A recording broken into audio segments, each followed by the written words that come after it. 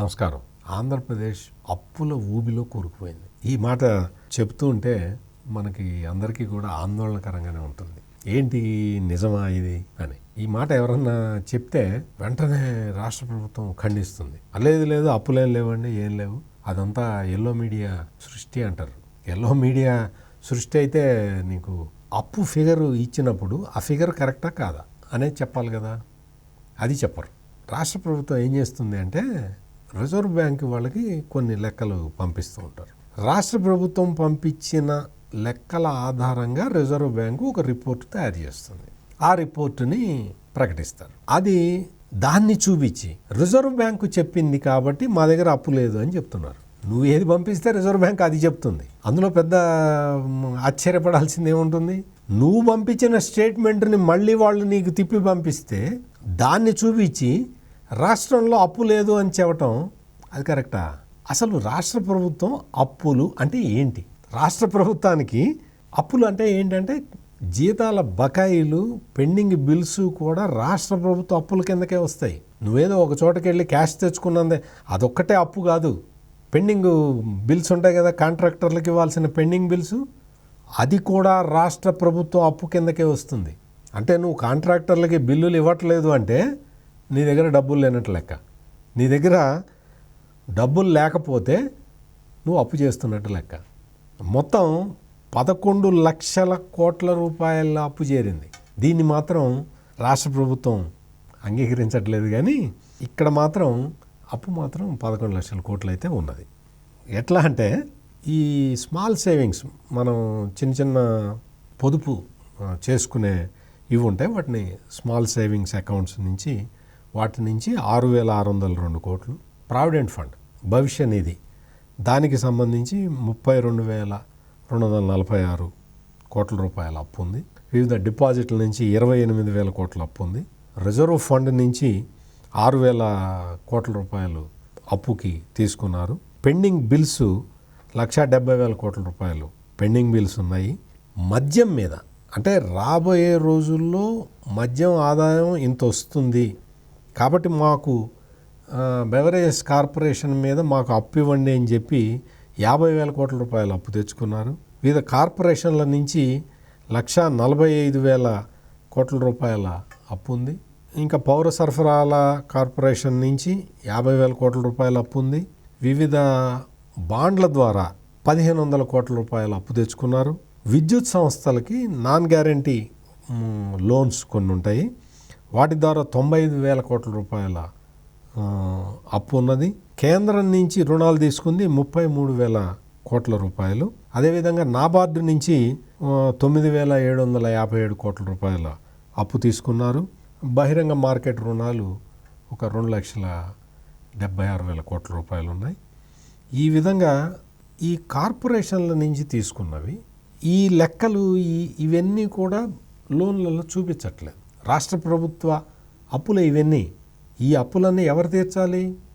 రాష్ట్ర ప్రభుత్వమే తీర్చాలి. తను తీర్చాల్సిన అప్పుల్ని లెక్కల్లో చూపించకుండా అప్పు తక్కువ ఉన్నది అని చెప్పటంలో రాష్ట్ర ప్రభుత్వం రకరకాల ప్రయత్నాలు చేస్తున్నది. అప్పు లేకపోయినా కానీ చెప్తున్నారు అని. మరి ఇవన్నీ అప్పులే కదా. పెండింగ్ బిల్స్ అంటే కాంట్రాక్టరు ఏదన్నా ఒక చిన్న కాంట్రాక్టరు ఒక 5 లక్షల రూపాయల పని చేశాడు అనుకోండి. ఏదో ఊర్లో కాలువలు అవి రిపేర్ చేసేది, అది పీరియాడికల్గా చేయాల్సి ఉంటుంది. ప్రతి వర్షాకాలం ముందు చేస్తారు. ఆ బిల్లులు కూడా ఇవ్వకపోతే దాన్ని మరి అప్పు కింద జమ చేయరా? అవన్నీ అప్పు ఇవ్వాల్సినవే కదా. మొన్న చూసాం మనం, ఒక జిల్లాలో కాంట్రాక్టర్లు అందరూ నిరాదీక్ష చేశారు. మాకు చిన్న కాంట్రాక్టర్లు మాకు బిల్లులు ఇవ్వకపోతే ఎట్లా అని. ఇంకొక జిల్లాలో ఈ చిన్న కాంట్రాక్టర్లు అందరూ వచ్చి ఇగో బలానా ఆఫీసరు మమ్మల్ని లంచం అడుగుతున్నాడు, మా బిల్స్ మాకు ఇవ్వడానికి లంచం అడుగుతున్నాడు, మేము లంచం ఇవ్వం, నువ్వు బిల్స్ ఇస్తే ఇవ్వు లేకపోతే లేదని ఎదురు తిరిగారు. గవర్నమెంట్ పనులు చెయ్యాలి అంటే ఎవరు కాంట్రాక్టర్లు కూడా ముందరికి రావట్లేదు. అటువంటి వాతావరణం ఉంది అక్కడ. అంటే నువ్వు బిల్స్ ఇవ్వట్లేదు.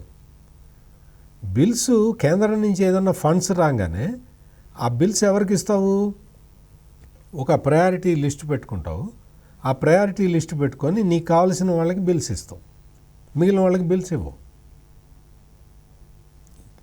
ఈ విధమైన సిచ్యుయేషన్లో రాష్ట్ర ప్రభుత్వానికి పెండింగ్ బిల్స్ పెరిగిపోతూ ఉన్నాయి, వాళ్ళు చెల్లించాల్సినవి పెరిగిపోతూ ఉన్నాయి. హైకోర్టు చెప్పినా కానీ ఇవ్వని బిల్స్కి కోర్టు ధిక్కరణ కేసులు ఎదుర్కొంటున్నారు. ఇటువంటి పరిస్థితుల్లో ఉన్న ఆంధ్రప్రదేశ్ ప్రభుత్వం మసిపూసి మారేడికాయ చేద్దామని చెప్పి ప్రయత్నం చేస్తున్నది. అందువల్ల ఆంధ్రప్రదేశ్లో ఉన్న అప్పులు దాటిపోయినాయి, హద్దులు దాటిపోయినాయి. ఇప్పుడు ఇంకా కొత్తగా చేయాల్సింది ఏమీ లేదు. 11 లక్షల కోట్లు అంటే ఇవి తీర్చాలంటేనే 50-60 ఏళ్ళు పడుతుంది. అటువంటి పరిస్థితి ఆంధ్రప్రదేశ్లో ఉన్నది. మరి దీన్ని అదుపు చేయాల్సిన వాళ్ళు, అదుపు చేయాల్సిన సంస్థలు ఎందుకు అదుపు చేయట్లేదో తెలియదు. అప్పు మాత్రం ఇబ్బడి ముబ్బడిగా పెరిగిపోతున్నది. ఉద్యోగులకి జీతాలే రావట్లేదు, జీతాలు ఇవ్వలేని పరిస్థితి ఉన్నది. అటువంటి పరిస్థితుల్లో అతను భయంకరమైన ఆర్థిక పరిస్థితుల్లో కేంద్ర ప్రభుత్వం నుంచి కూడా కొన్ని కంట్రోల్స్ ఉండాలి. ఎఫ్ఆర్బిఎం లిమిట్స్ అవన్నీ ఇవన్నీ కూడా ఎఫ్ఆర్బిఎం లిమిట్స్లోకి ఇటువంటి విషయాలన్నీ కూడా తీసుకురావాల్సిన అవసరం ఉంది. ఎఫ్ఆర్బిఎం లిమిట్స్లోకి ఈ కార్పొరేషన్ రుణాలను కూడా తీసుకొచ్చామని చెప్తున్నారు. అది ఇంకా రిఫ్లెక్ట్ కావట్లేదు. కార్పొరేషన్ రుణాలే కాకుండా రాష్ట్ర ప్రభుత్వం ఇవ్వాల్సిన పెండింగ్ బిల్స్ ఆ రుణాలను కూడా చూపించాలి. మొత్తం చూపించి ఎఫ్ఆర్బిఎం లిమిట్స్ ఫిక్స్ చేస్తే తప్ప ఇదేదో ఒక రాష్ట్రం కోసం చెప్తున్న ఇది కాదు.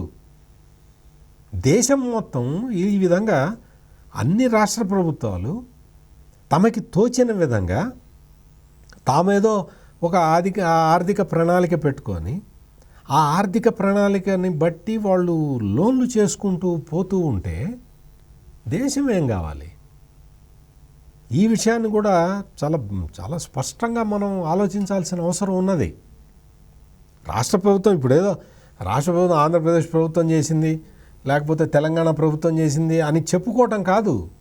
మనం తెలంగాణ ప్రభుత్వంలో మనం చూస్తూ ఉన్నాం. ధనిక రాష్ట్రంగా ఉన్న తెలంగాణ ఈరోజు అప్పుల పాలైపోయింది. అప్పులు విపరీతంగా పెరిగిపోయినాయి. ఆ అప్పులన్నీ మేము ఇన్ఫ్రాస్ట్రక్చర్ దీని మీద ఖర్చు పెట్టామని చెప్పి పాత ప్రభుత్వం చెప్తున్నది. కానీ ఇప్పుడు కొత్తగా వచ్చిన కాంగ్రెస్ ప్రభుత్వం వాటి మీద మొత్తం అంతా శ్వేతపత్రం ఇచ్చింది. ఈ విధమైన పరిస్థితుల్లో అప్పులు ఇబ్బడి ముబ్బడిగా పెరిగిపోతూ ఉంటే ఆ భారం అంతా ఎవరు కట్టాలి? ప్రజలే కదా కట్టాల్సింది. దీన్ని అదుపు చేయాల్సిన అవసరం మాత్రం ఖచ్చితంగా ఉంది.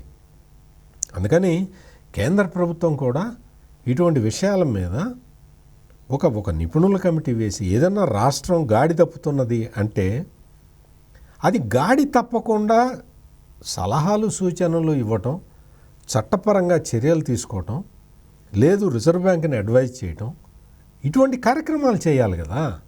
అవన్నీ చేయకుండా ఎవరి బాధ్యత వాళ్ళు నిర్వర్తించకుండా ఉంటే పరిస్థితి అదుపు తప్పుతుంది కదా. ఇది ప్రస్తుతం చాలామంది ఆలోచిస్తున్న విషయం. దీని మీద ఆర్థిక రంగ నిపుణులు కూడా దృష్టి సారించి సరైన సలహాలు ఇవ్వాల్సిన అవసరం అయితే కనపడుతున్నది. మరిన్ని విశ్లేషణలతో మళ్ళీ కలుద్దాం. నమస్కారం.